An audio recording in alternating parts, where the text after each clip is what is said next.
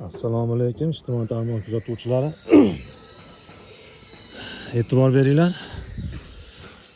Birinchi qatorini 15 sm ostini ochishlikka qo'yganmiz. Sababi orasi 30-35 bo'lib ketsa, oldidagi qatori pnevmatikni bosganda uchi ko'tarilib ketadi.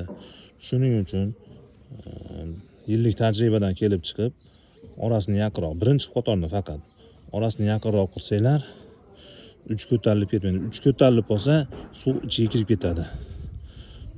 Shuni keyingi qatorlari 35 ketaveradi. Shu birinchi qatorning orasini yaqinroq qilib qo'ysanglar, oldida baribir yuriladi, ishlanadi. Shunda uch ko'tarilmaydi, tagiga suv kirib ketmaydi.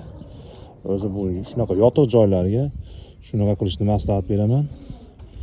Foydali ma'lumot bo'lgan bo'lsa, bitta like bosib qo'yasizlar. Bizni kuzatishda davom eting. Shunaqa foydali videolar qo'yib boraman.